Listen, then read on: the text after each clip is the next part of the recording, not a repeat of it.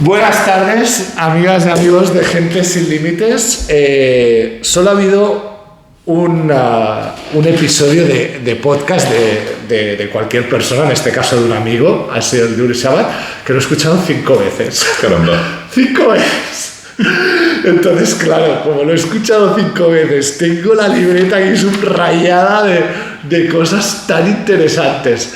Y pues contacté con el doctor Torralba y le dije, por favor, ¿puedo hablar con usted? ¿Puedo conversar con usted? Bueno, primero tutéame, esto es lo primero. Y luego fue una conversación muy agradable con Uri, fue exalumno mío. Ajá. Y lo pasamos muy bien y además me alegro de que haya generado tanto interés, ¿no? Increíble. Porque a ti te había leído y además te había seguido, pero no habíamos tenido la ocasión de contactar, ¿no? Pues de verdad, gracias por... Yo cuando la gente me dice ¿por qué haces en los podcasts y tal? Digo, mira, por momentos como este. Sí. El placer de poder conversar sin la inmediatez de las redes sociales, sin el estrés de los 5 o 7 segundos. Yo tengo una hija de 16 y una vez le digo, oye Morgana, si hago un reel de esto de Instagram, ¿cuántos segundos lo verías? Me dice 3. Digo, ¿cómo? Digo, hago aquí unas producciones y tu generación ve 3 segundos esto. Y digo, ostras. Sí. Este es un drama, porque hay fenómenos que requieren tiempo. La conversación, por ejemplo, ¿no? El otro día lo preguntaba a mis alumnos, ¿qué tipo de actividades para ser realizadas de un modo correcto requieren tiempo? Y les dije, por ejemplo, educar a una persona. Esto no se puede hacer inmediatamente, requiere lunes, martes, miércoles, ¿no? La conversación. Una cosa es un intercambio de tweets, pero conversar, comprender las razones del otro, tratar de responder, ir a fondo, esto requiere una temporalidad. Y si no nos damos ese tiempo, nos perdemos mucho. Y vamos simplemente, pues, patinando por la superficie. Pero para ir a fondo necesitamos tiempo, necesariamente. Y también para superar, asumir determinadas contrariedades, adversidades, duelos que tenemos en la vida, se requiere tiempo. Y tiempo es lo que no nos damos. Y entonces eso es difícil porque queremos resolverlo todo inmediatamente, comprenderlo todo rápidamente, es lo que llamamos la cultura de la inmediatez. Correcto. Y eso nos hace muy pobres, ¿no? Entender bien un texto requiere tiempo, contemplar un cuadro, comprender una obra de arte, escuchar la música, la conversación, son actividades humanas que requieren tiempo. Y dárnoslo es un lujo.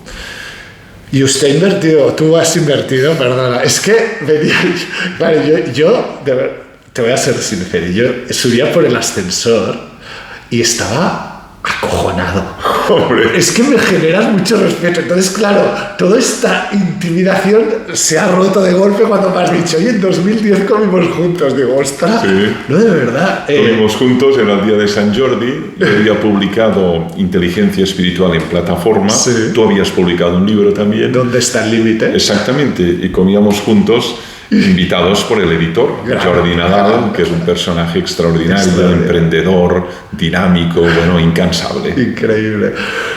Me encanta porque tú y yo somos lo opuesto, en el sentido, inicialmente, lo opuesto. Es decir, tú eres doctor en teología, filosofía, pedagogía, historia del arte. Sí. Yo no he acabado la universidad.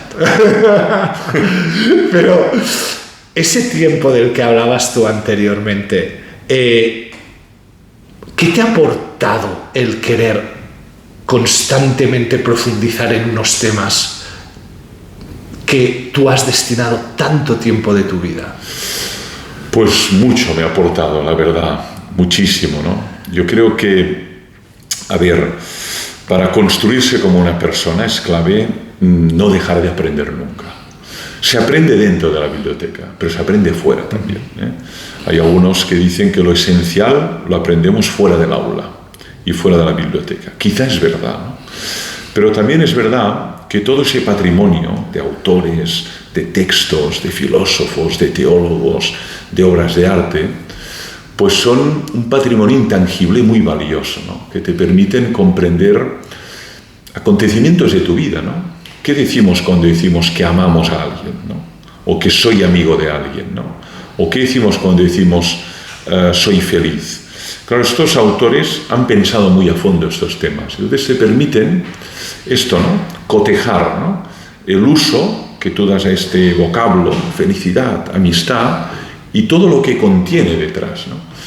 Eso nos da hondura, nos da complejidad, nos permite comprender la pluralidad de puntos de vista. Para mí es una riqueza enorme, ¿no? O sea, un espacio para mí de primer orden es la montaña, pero el segundo es la biblioteca, ¿no? En la montaña hay una experiencia de plenitud, de expansión, de apertura, pero también en la biblioteca, ¿no? Y además te permite retroceder en el tiempo, ¿no? Es decir, puedes leer a Cicerón, a Marco Aurelio, a Séneca, a Schopenhauer. Ya no está ninguno, pero nos han dejado sus textos. Y allí hay como brújulas, máximas, aforismos que te pueden orientar en un momento dado, que te pueden clarificar, que funcionan como cuadernos de bitácora, ¿no? Para no perderte. A mí me han resultado y me resultan muy estimulantes estos autores, ¿no? Y sobre todo subrayarlos, volver, releerlos, comentarlos. Vaya, no puedo concebir mi vida sin un libro, ¿no? Para mí resulta un elemento clave, ¿no? Para desarrollar incluso mi pensamiento y mi vocabulario, ¿no? ¿Tú ahora dónde das clases? ¿Dónde sigues dando clases? ¿En qué facultad? Yo enseño en varias facultades. Enseño en psicología, enseño en comunicación y en filosofía, ¿no? En las tres. Y tengo muchos alumnos, cada semana casi 300 si sumo los distintos grupos. Wow. Entre 18 y 20 años, muy jóvenes. ¿Tienes la sensación que te ven como un extraterrestre? Sí, ellos dicen un friki, ¿no? Usted es un friki, ¿no? Ya, sí, un extraño, ¿no? Es verdad, ¿no? Pero por otro lado, hay también una fascinación, ¿no? Porque formamos parte de mundos muy distintos y el lenguaje también es distinto, ¿no? Yo este encuentro intergeneracional para mí tiene una gran riqueza. Fíjate lo que nos pasa a los profesores.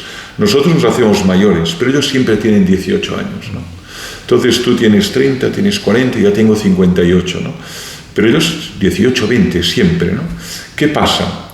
Que este contacto te permite entrar en otro mundo, sus tendencias, sus ilusiones, sus valores, sus frustraciones, su lenguaje, ¿no? Y sí, te ven muy distinto, sobre todo si no manejas lo audiovisual. Te entras en clase y haces un discurso oral con máximo una pizarra, dicen qué extraño, ¿no? Porque son la generación iconocéntrica, ¿no? La imagen o iconolátrica, ¿no? La adoración a la imagen. Y eso me resulta muy, muy nuevo y muy sorprendente. Pero por otro lado, encajas, ¿no? Porque hay temas que son permanentes, ¿no? Ellos también se preguntan por el sentido de la vida, por lo que es la felicidad, si son libres o no, qué significa tener un amigo, qué significa amar a alguien. O sea, sí, hay otros lenguajes, pero hay inquietudes muy semejantes. Y la cuestión es poder llegar a esa inquietud y entonces sí que hay una conexión y una empatía clave, ¿no?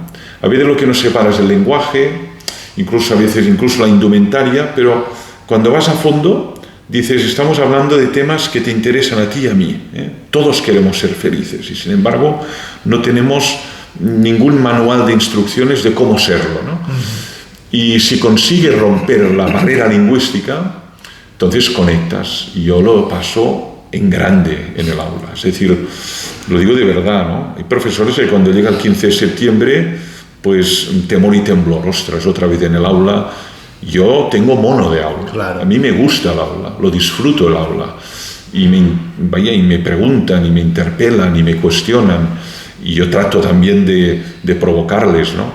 Y tengo muy buen recuerdo del aula y muchos exalumnos por el mundo, ¿no? ¿Cuál es el objetivo de un doctor como usted hacia unos alumnos? Mira, de entrada romper muchos tópicos, estereotipos, prejuicios, ¿no? Nietzsche decía que tenemos que filosofar con el martillo, ¿no? Bueno, es un instrumento, ¿no? Que te permite romper tópicos, prejuicios, que tristemente tenemos muchos, ¿no? Y que sin darnos cuenta, ¿no? Prejuicios sexistas, prejuicios culturales, prejuicios religiosos, eso es lo primero. Y luego, suscitar el pensar, ¿no? Yo creo que vivimos en una sociedad donde todo nos incita a no pensar, ¿no? Consumir, producir, interaccionar, pero pensar, pararse y pensar, es una tarea casi diría contracultural, ¿no? Y a mí me gusta convertir el aula en una especie de refugio espiritual donde se pueda pensar todo y libremente, ¿no? Y por eso les animo incluso a disentir, ¿no? Digo, oiga, que nadie tenga miedo de disentir lo que yo pienso, ¿no? Y de cuestionarlo, ¿no? Y de ponerlo en tela de juicio, ¿no? A veces hay miedo, cuidado, contradecir al profesor, al final nos va a examinar, a ver si luego habrá un ajuste de cuentas. No, piensa lo que quieras, ¿no? Y dilo, ¿no? Ahora argumenta, ¿no? Y observo que hay miedo a pensar diferente. O sea, hay un pensamiento único, una autopista, todos por ahí. Tú que te gusta tanto la montaña como a mí, a veces coges un sendero, no sabes dónde te va a llevar, ¿no? Pero eso es pensar libre, eso es pensar singularmente, ¿no? Y yo quiero sobre todo esto, deshacer tópicos, deconstruir muchos prejuicios que tienen y luego incitarles a pensar, activar el pensamiento. Y eso significa generar movimientos aquí, ¿no? Interconexiones, sinapsis y eso también con el otro, el diálogo personal y el diálogo con el otro, ¿no? ¿Usted le pasa, o sea, va por la calle, a ti te pasa, vas por la calle observando a la gente? Sí. ¿Qué ves? ¿Qué sociedad ves? Hombre, buena pregunta. Observo mucho. Yo creo que detrás de un filósofo tiene que haber un observador. Alguien que está observando, y además a mí me interesa de todos los temas filosóficos, sobre todo la antropología, por lo tanto, el análisis de la condición humana, qué somos, cómo actuamos, qué tendencias, qué pasiones, qué motivaciones, qué instintos, qué esperamos, ¿no? El saber que me interesa más de todos. Filosofía es antropología, que además la imparto, ¿no? Y lo decía el otro día en clase.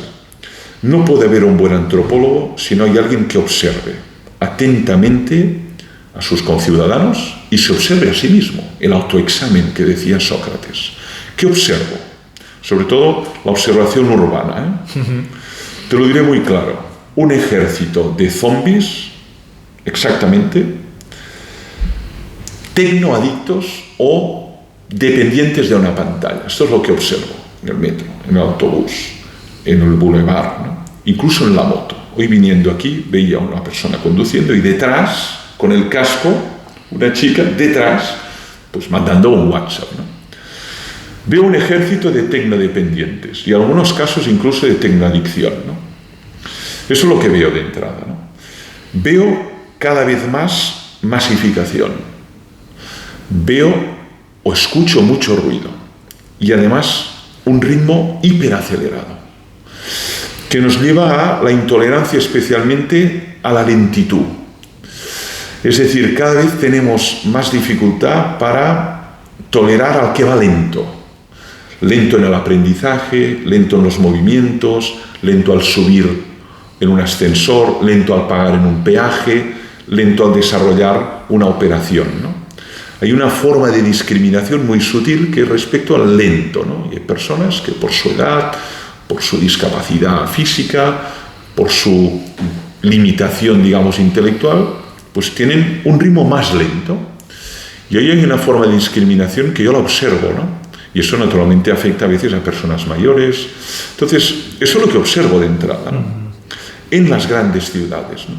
Y agresividad.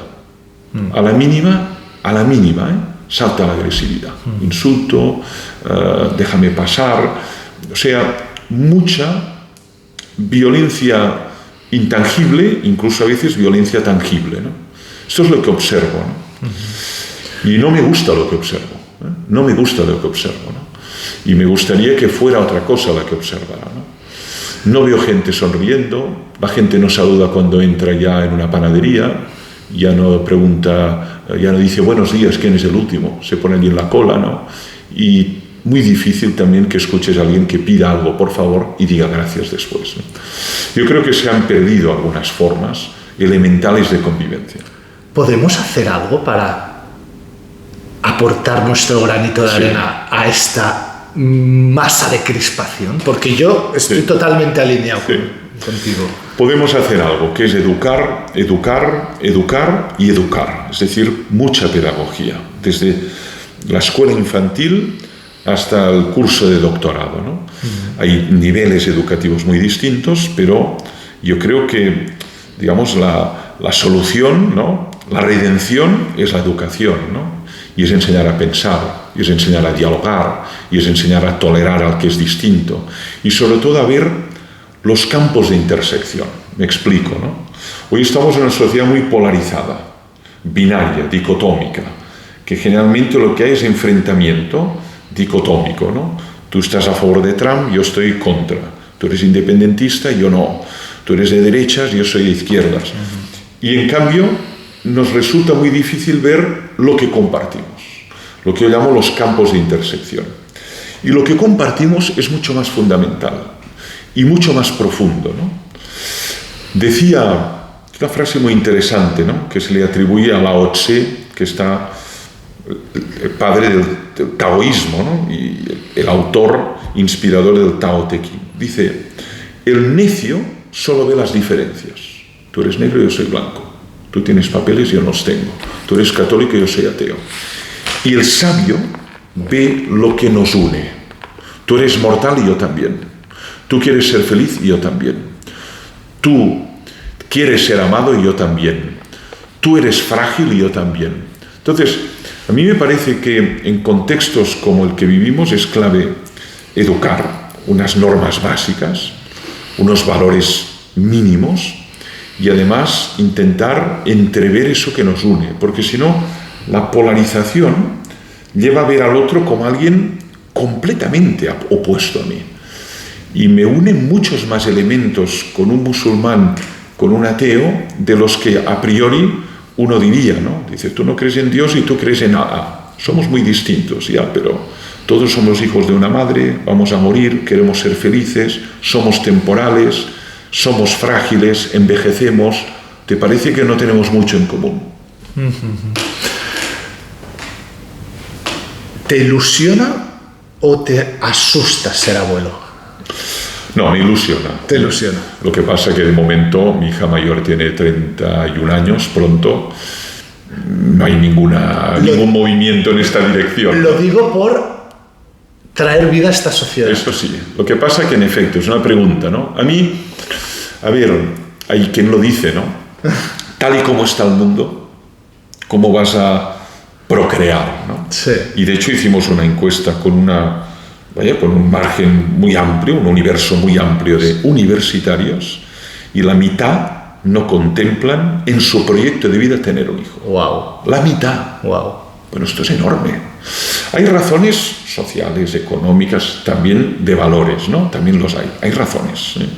Que vale una habitación en Barcelona. Yeah. Ya no digo un piso. Yeah. Y un sueldo precario, ¿no? Y luego vínculos muy líquidos. Hoy que estoy contigo, mañana no lo sé. ¿Y qué hacemos con el niño que es de los dos, ¿no? Yeah. Por tanto, hay razones. Pero hay otras razones. La amenaza de un colapso medioambiental, un mundo en guerras, la inestabilidad política, social, la amenaza de nuevas pandemias. Por tanto, cuidado, no es inverosímil el que dice es mejor no procrear, ¿no? Y sin embargo, algunos hemos optado por procrear. Yo he tenido 5 hijos, vaya, y me gustaría ser abuelo, ¿no? Entonces alguien dice, bueno, pero tal y como está el mundo, sí, pero mira, te diré una cosa. El nacimiento de un ser humano es un misterio y una posibilidad. No sabemos lo que puede aportar, ¿eh?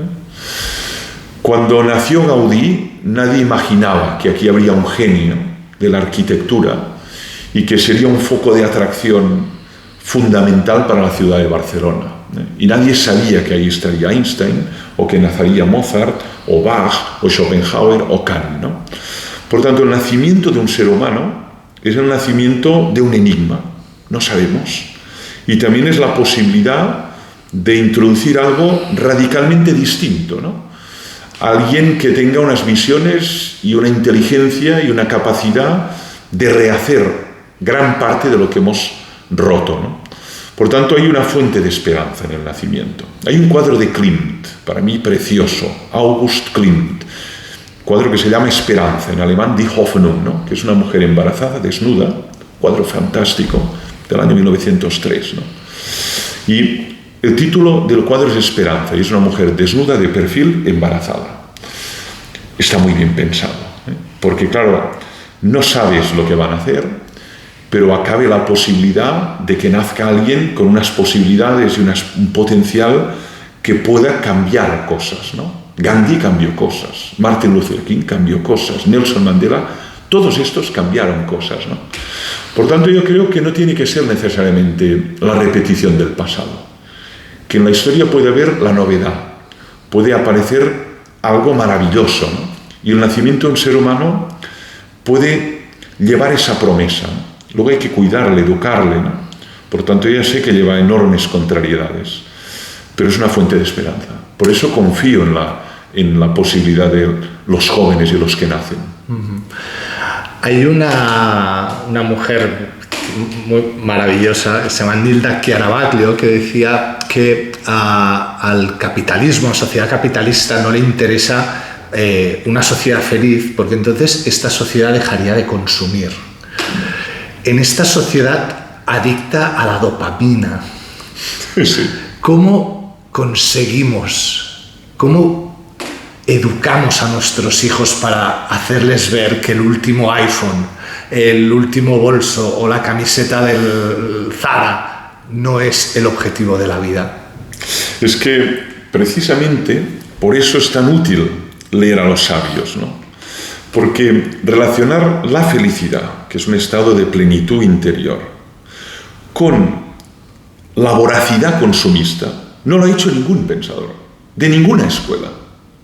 Nadie ha defendido que para ser feliz hay que consumir, consumir, consumir y consumir y sucumbir a lo que llamamos el hiperconsumismo. No lo ha dicho nadie, desde Sócrates a Bertrand Russell, nadie. Y eso que hay todo tipo de planteamientos de la felicidad, pero nadie lo ha dicho. Y sin embargo, nos lo hemos creído.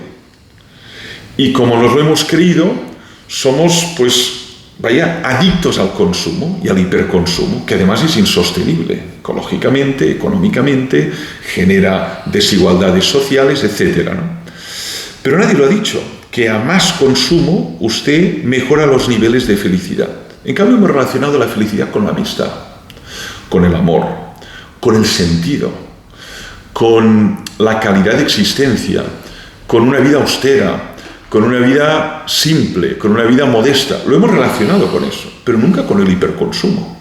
Por lo tanto, aquí, ¿cómo te diría, no? Por eso es tan importante el pensar, porque es desactivar narrativas que se han impuesto, desactivar discursos que están asumidos colectivamente y que nos convierten en esclavos, en personas alienadas, ¿no? Y cuando lo planteas, el alumno se da cuenta, pues es verdad. El consumo lo que genera es más sed, es como ver agua del mar, ¿no? El agua salada no satisface la sed, te da más sed, ¿no? Y además hay una trampa, ¿no? Te presentan el último artefacto, el último artilugio, te lo presentan como una necesidad imperiosa y compras. Y no pasan 6 meses y ya aparece otro. Y aquel funcionaba y funcionaba bien, pero aparece otro y te activa de nuevo el deseo de tenerlo, ¿no? Y además, si no lo tienes, eres menos que los demás. Y te sientes acomplejado de poner ese dispositivo en la mesa. Total, que compras. Y alguien ya está pensando el nuevo, ¿no? En una espiral que no tiene fin, ¿no? Por eso yo creo que es esencial lo que llamamos el consumo consciente o consumo responsable. Naturalmente que tenemos que consumir. ¿Por qué? Porque tenemos frío, tenemos hambre, nos cansamos, necesitamos artilugios que nos hacen más cómoda la vida. El tema está en donde pones el límite, ¿no? Y tú lo sabes, también en el mundo del deporte hay el maníaco, ¿no? Dice, oye, pero usted ya tiene una bicicleta, ya funciona. Ya, pero es que ahora ha salido un dispositivo, ahora ha salido, y ese individuo está permanentemente insatisfecho con el objeto de consumo, ¿no? Y es una trampa, porque nunca encuentras el objeto que colme tu deseo de felicidad. Porque no se colma con un objeto. Esta es la respuesta. Con un objeto no lo vas a colmar, ni con otra casa en un lugar o en otro lugar, ¿no? Vas a ampliar bienes materiales, pero no vas a satisfacer la sed de felicidad que tienes, ¿no? Porque va por otro camino, no va por aquí. Total. Una vez fui a hacer, a mí me llaman para hacer conferencias, cómo aplicar los valores del deporte a las empresas, autónomos, o por mi estética empatizo mucho con los universitarios o colegios, ¿no? Y una vez fui a una universidad y les pregunté, ¿hay alguien que sepa qué quiere ser de mayor y por qué está aquí? Y 400 alumnos, solo uno levantó la mano. Muy serio esto. ¿La falta de propósito es un gran problema de los jóvenes? Es un problema enorme.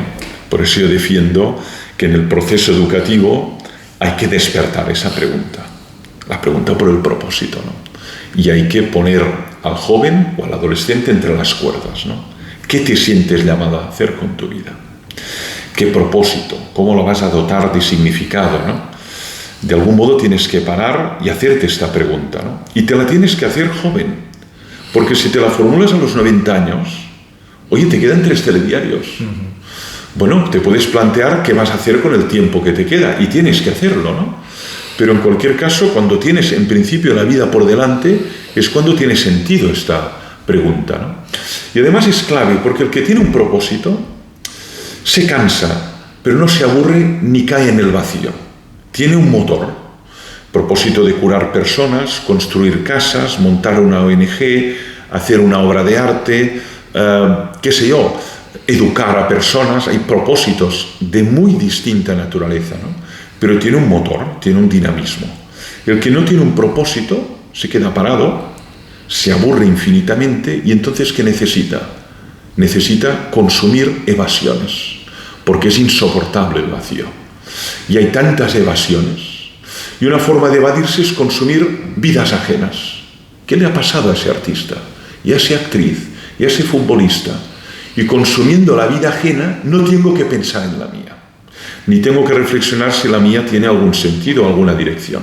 Entonces, la pregunta que tú hiciste a los universitarios, no me extraña la respuesta, porque muchos la opción no es el sentido o el propósito, sino estoy sentado aquí porque me han dicho que aquí hay salidas. ¿Salidas hacia dónde? Que aquí me colocaré en 4 años, que aquí tendré un empleo. Es una mentalidad instrumental y utilitaria, ¿no? Es decir, 3 años en esta facultad y estaré en un despacho. Y ahí a los 40 años te mirarás en un espejo y dirás, qué asco de vida. Solo pienso en que venga el viernes, el gran día de la liberación para muchas personas. Hombre, eso es un drama vivir así, pensando únicamente en el viernes, para liberarme del asco de semana que tengo, ¿no? Tú tienes una vida con propósito, tienes ganas de poder encauzarlo. Tendrás dificultades, naturalmente, de todo tipo. Montar un restaurante, una ONG, emprender un negocio, una familia, dificultades, seguro. Por tanto, falta, en efecto, el trabajo del propósito, reflexionar sobre el propósito. ¿Qué quieres hacer con tu vida? No tienes otra allí, en una maleta para luego. Es la única que tienes. Lo demás es objeto de fe. Yo creo en Dios y en la vida eterna, pero muchos no. De momento tenemos esta. ¿Cómo lo vas a dotar de significado? Pues esta pregunta muchos simplemente la desplazan o la ignoran, ¿no? Y para mí debería ser fundamental. Y luego hay otra, hay que educar en la fortaleza, que es un valor muy genuino en el deporte. ¿Por qué? Porque el desarrollo de ese proyecto te vas a encontrar con contrariedades. ¿Quieres ser médico? Habrá contrariedades. ¿Quieres tirar adelante una ONG para salvar a niñas de la trata y de la prostitución infantil? Tendrás todo tipo de contrariedades. Incluso te querrán matar. Fortaleza interior, de la fortaleza de los bíceps, de los músculos, de los tendones, pero la fortaleza interior, que es la capacidad de mantener el proyecto a pesar de las contrariedades, buscar recursos, no derrumbarse y cuando uno se derrumba volverse a levantar, ¿no? Y hoy falla mucho, Tenemos muchísimas personas, hablamos de la generación de cristal, que se rompen, se volatilizan, ¿no? A la mínima contrariedad, Yeah. Un suspenso, la ruptura de una pareja, un fracaso laboral, pero rotos, que tienes que recogerlos trocitos por toda la sala. ¿Y no es culpa de los padres? En gran parte sí, por una cosa que se llama paternalismo. Claro. Y proteccionismo. Claro. Lo que yo llamo la burbuja familiar, ¿no? Es decir, usted se lo ha hecho todo. Le ha preservado en un ecosistema aislado y este chaval no conoce la realidad. Yo siempre digo que educar es prepararle para el mundo real. Bueno. Y en el mundo real hay contrariedades, adversidades, enfermedades, caídas, dolores, muertes de seres queridos, y hay que prepararle para el mundo real y para la vida real, no para la vida ficticia. ¿Y qué ocurre? Que muchas veces en la familia hay una especie de capa protectora y paternalismo. Yo entiendo que con un niño hay que serlo, pero este chaval ya podría cocinar, ya podría ir a trabajar, ya podría desplazarse solo, ya podría, y no lo hace, porque usted se lo está haciendo. Consecuencia, no se desarrolla el músculo del esfuerzo, porque tengo el mando a distancia y voy cambiando el canal, ¿no? Hay padres que matriculan a sus hijos, que les cargan con la mochila, que van a acompañarlos al examen del MIR en medicina, que vienen a revisar un examen en la universidad. Padres, wow. Pero este chaval tiene 18 años. Wow. Ya, pero yo pago la matrícula. Bueno, fantástico, pero es él el que ha hecho el examen. Yeah. Y es mi interlocutor. Usted no puede entrar en la revisión. Wow. O sea, hay paternalismo. Y eso, en efecto, atrofia el músculo del esfuerzo y no les habilita para enfrentarse a las contrariedades. Y en cambio, cuando hay una contrariedad, tú empiezas a espabilarte. A ver, lo sabemos muy bien en el ámbito del deporte, ¿no? Hay una contrariedad, sí. ¿Cuál? Pues mira, no contemplaba esto, pero empieza a dolerme esta parte. Vale, ¿cómo lo resuelvo?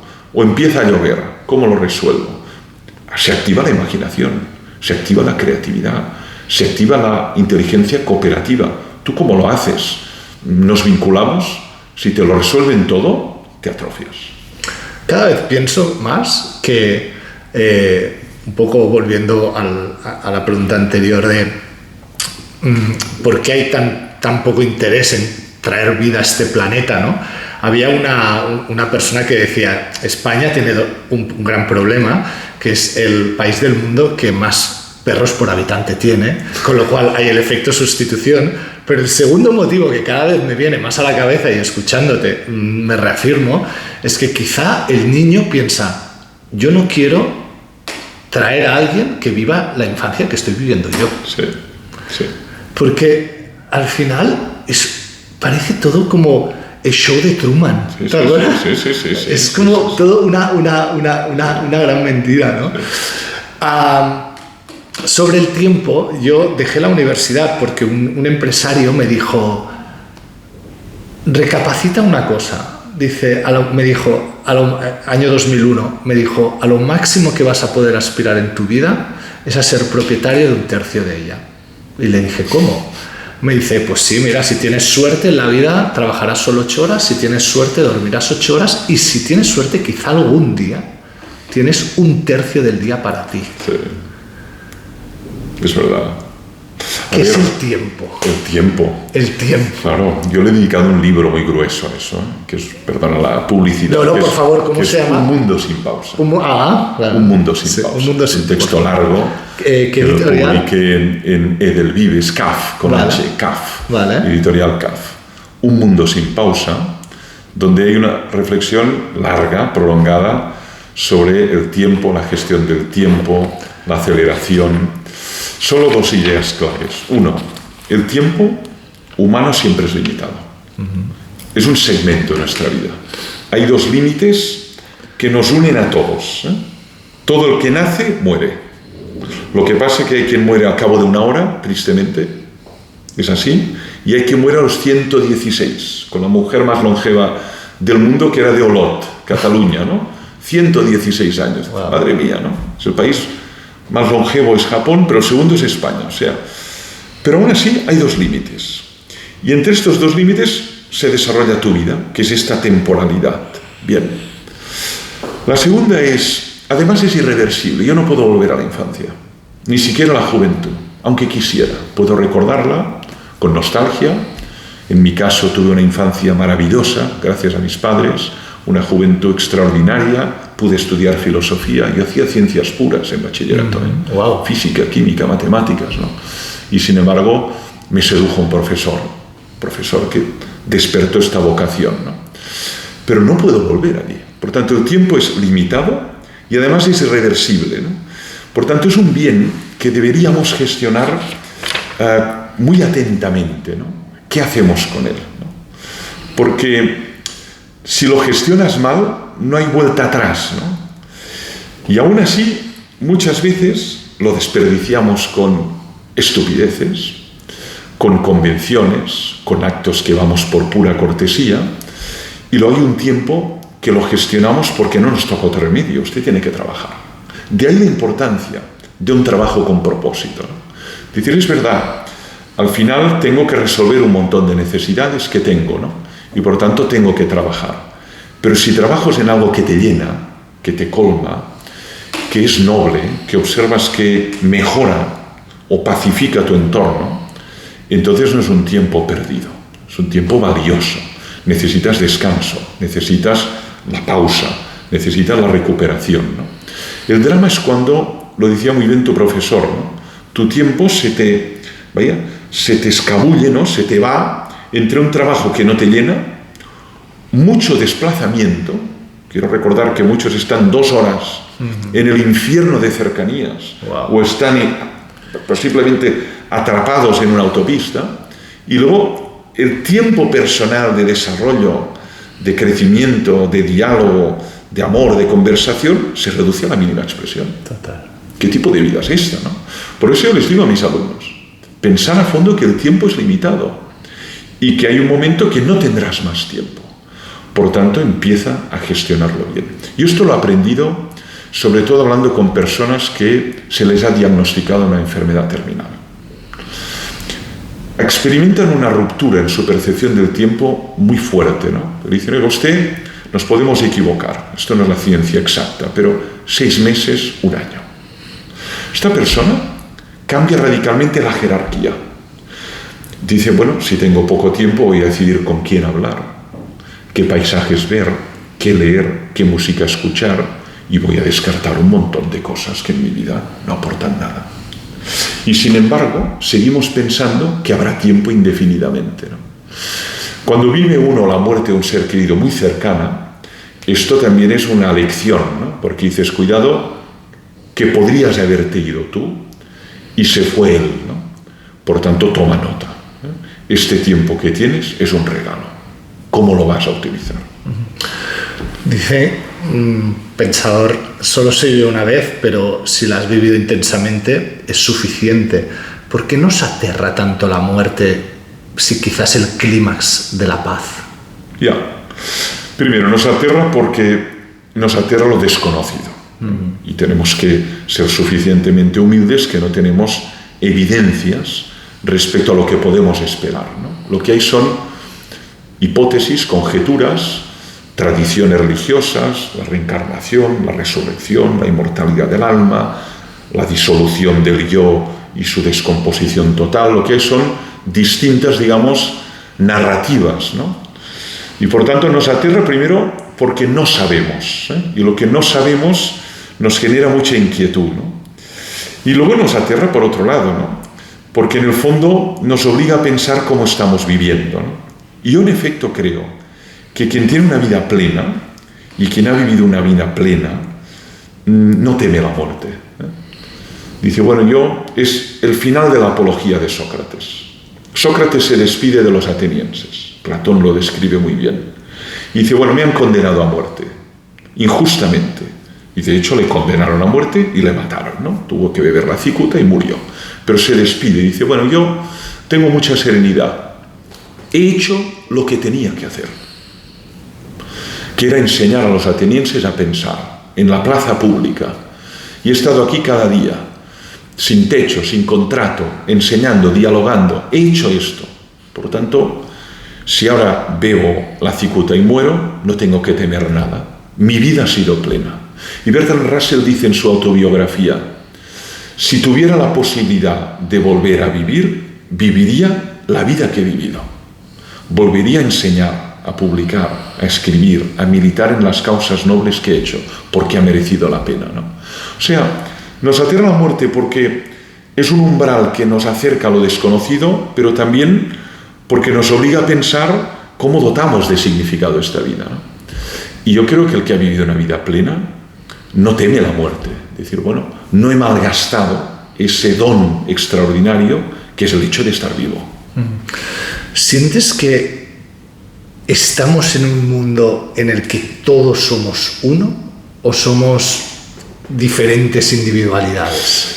A ver, somos individualidades, pero hay una unidad fundamental en todo. Es decir, a veces nos limitamos a ver lo que esto los hindúes hablan del velo de Maya, ¿no? El mosaico, la pluralidad de árboles, de plantas, de personas, ¿no? Tú estás en Alexanderplatz en Berlín y ves una pluralidad de seres humanos. Vas a las Ramblas de Barcelona, una diversidad. O en la Quinta Avenida en Nueva York. Bien, pero hay una unidad subterránea. Es decir, participamos de un elemento común, ¿no? ¿Este elemento común cuál es, no? Bueno, pues algunos dirán que es la vida, otros dirán que es el Atman, otros dirán que es el espíritu, pero participamos de algo que nos une. Formamos parte de la misma red. Lo que pasa es que tendemos a establecer puentes, ¿no? Pero lo que decía antes, ¿no? Nos une más lo profundo que lo superficial, ¿no? Pero si nos quedamos en lo superficial, solo vemos las diferencias, ¿no? Y en el fondo hay una unidad, sin negar las diferencias, ¿eh? Porque yo creo que la diferencia también es riqueza. ¿Te imaginas un universo completamente uniforme? Yo creo que es lo más semejante a un infierno, ¿no? Que todos seamos idénticos, ¿no? Salir a la calle y todos clones, ¿no? Claro. Yo creo que lo interesante en una conversación, en un diálogo, en la lectura, es justamente la alteridad, ¿no? Decir, caramba, ¿cómo se ha manifestado? ¿Qué ideas, ¿no? Qué sugerente o qué chocante, ¿no?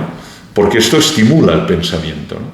Por lo tanto, yo creo que sí, somos distintos, pero lo que nos une es más fundamental, ¿no? Y de entrada nos une algo, que es el hecho de existir, ¿eh? Existimos, unos mucho tiempo, otros pocos, unos existen bajo la forma de hombre, de mujer, de planta, de ciervo, pero lo que tenemos en común es que participamos del don de la existencia.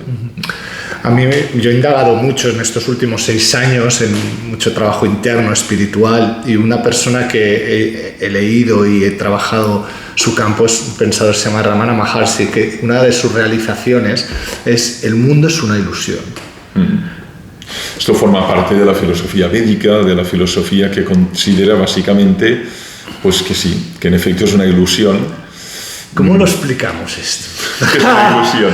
Que el mundo es una ilusión. Sí. Es que, Lo que es verdad es que nosotros no podemos ver el mundo desde otros ojos que no sean los humanos. Esto es lo primero, ¿eh? Y por lo tanto nuestra visión, con una palabra muy filosófica, siempre es antropomórfica. Es decir, yo no sé cómo ve el mundo un ciervo, o una rana, o un insecto, ¿no? Yo lo veo desde ojos humanos. Y por lo tanto no cabe duda de que no sabemos cómo lo percibe otro ser, ¿no? Eso es así, ¿no? Entonces, bueno, tenemos una percepción. Ahora, una cosa es nuestra representación mental y otra cosa es lo que es el mundo. Yo creo que esta distinción es muy clave, ¿eh? Pongo un ejemplo. Ahora, en esta sala donde estamos, pasan miles de ondas radiofónicas, pero no las vemos, pero están aquí, ¿no? Nosotros vemos lo que vemos. Captamos un nivel de sonidos, de agudos y de graves, y también el campo visual es el que es. Pero la realidad es más. Y siempre es misteriosa. No podemos atraparla. A mí la imagen de la red me gusta mucho, ¿no? Tú tiras la red al mar y recoges pues, peces o basura, ¿no? Pero se te va al agua. No puedes atrapar la realidad. Entonces, esto es humildad, ¿no? Nosotros tenemos una percepción de la realidad, una representación. Ahora, lo que son en sí mismas las cosas, no lo sabemos, ¿eh? Lo ignoramos, ¿no? Y podemos explorar, y debemos hacerlo, pero tenemos limitaciones humanas. Otra realización es: todo es Dios. Bueno, esto es el panteísmo. Esto es el panteísmo, ¿eh? Eso es el panteísmo, por ejemplo, es la postura de Spinoza y de Einstein, ¿eh? Einstein dice: yo creo en el Dios de Spinoza, y Spinoza en la ética dice: el mundo es Dios, el mundo es la totalidad, y el científico, decía Einstein, intenta expresar en ecuaciones el pensamiento de Dios. Esto es impresionante, ¿no? Es decir, encontrar la fórmula matemática que dice: aquí estoy expresando la fisiología de ese todo, ¿no? Esa, Vaya, es la vocación de un físico, y de un físico como lo fue Einstein, ¿no? Yo no soy panteísta, ¿eh? Yo creo que Dios ha creado el mundo, y el mundo habla de Dios, ¿eh? Como una especie de reflejo de Dios, ¿no? Pongo la imagen del escultor y la obra, ¿no? Tú ves, pues por ejemplo, a mí me apasiona mucho Giacometti, ¿no? Las figuras de Giacometti, ¿no? O, por ejemplo, pues, qué sé yo, la pintura de Dalí, ¿no?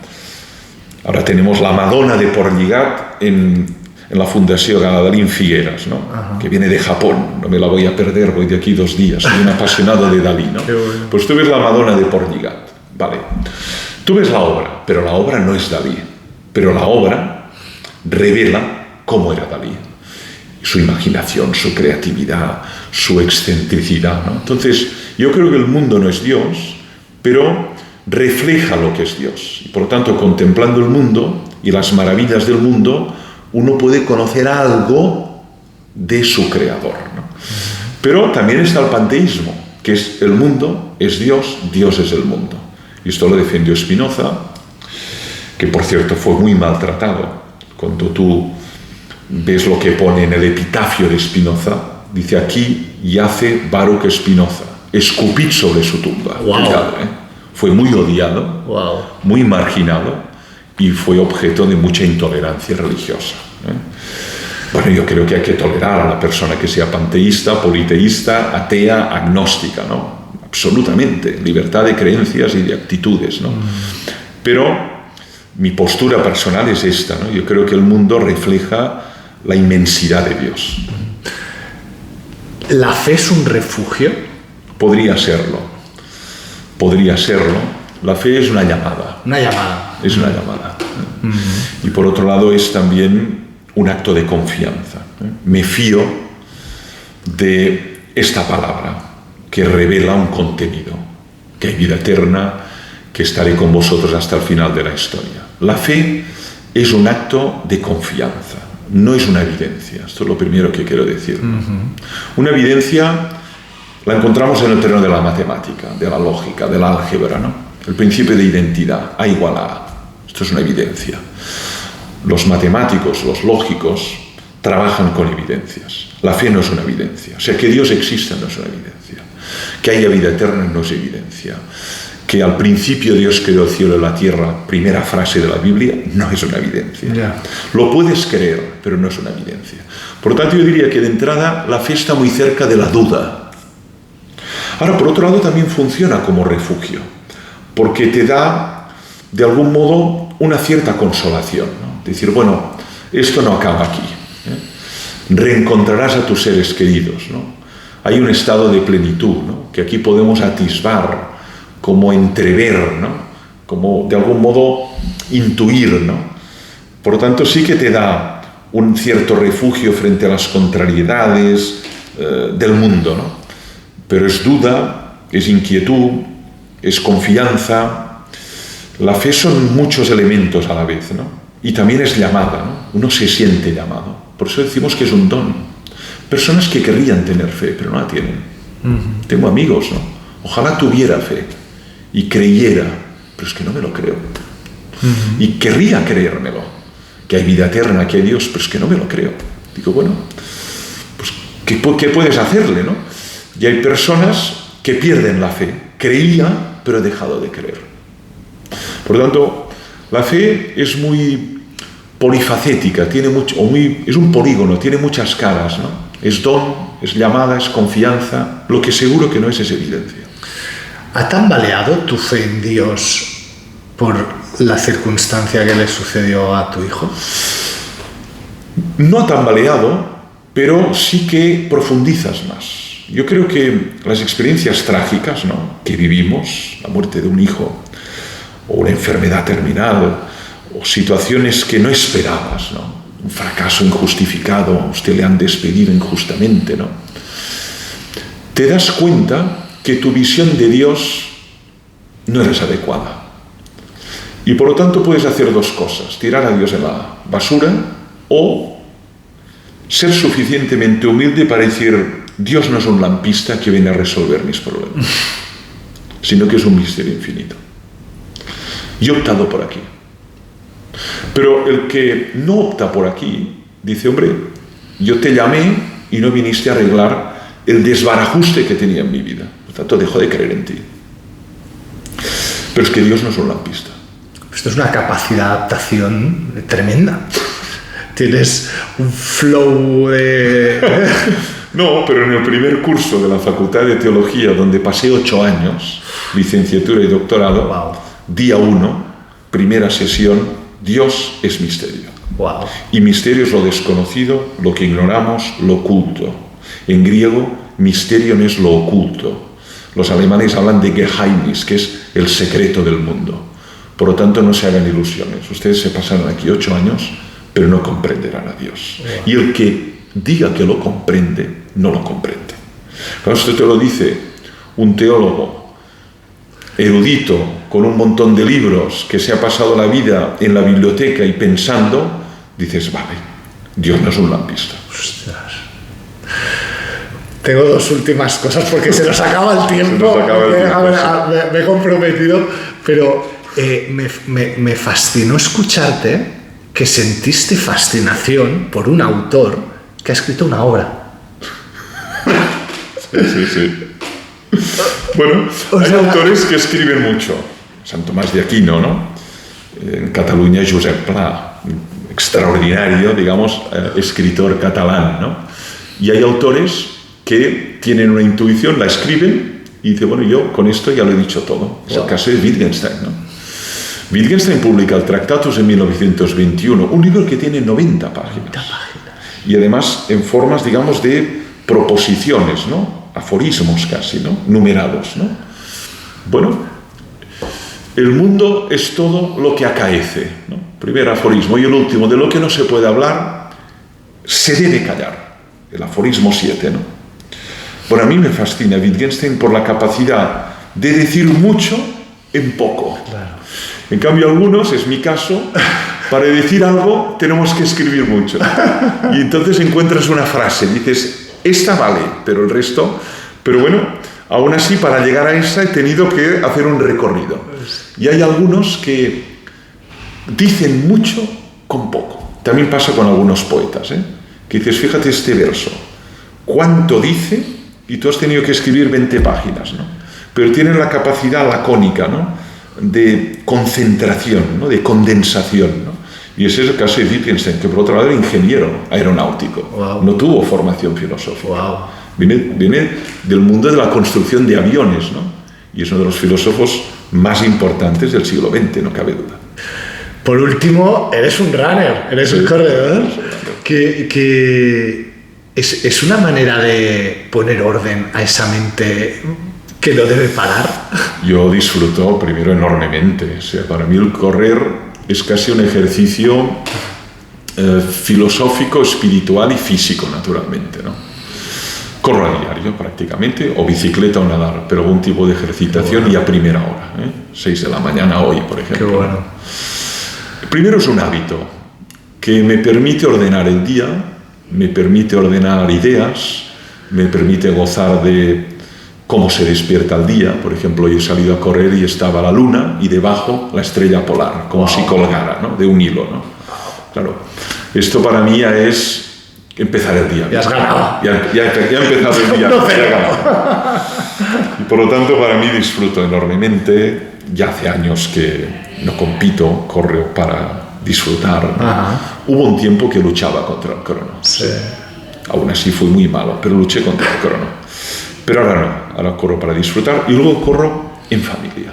Corro con mis hijas, qué bonito. Hemos hecho maratones juntos, qué bonito. Corro con mi sobrina y eso a mí me llena mucho, porque también es un pretexto para conversar, Claro. para reencontrarse. Hoy nos cuesta mucho encontrar pretextos, ¿no?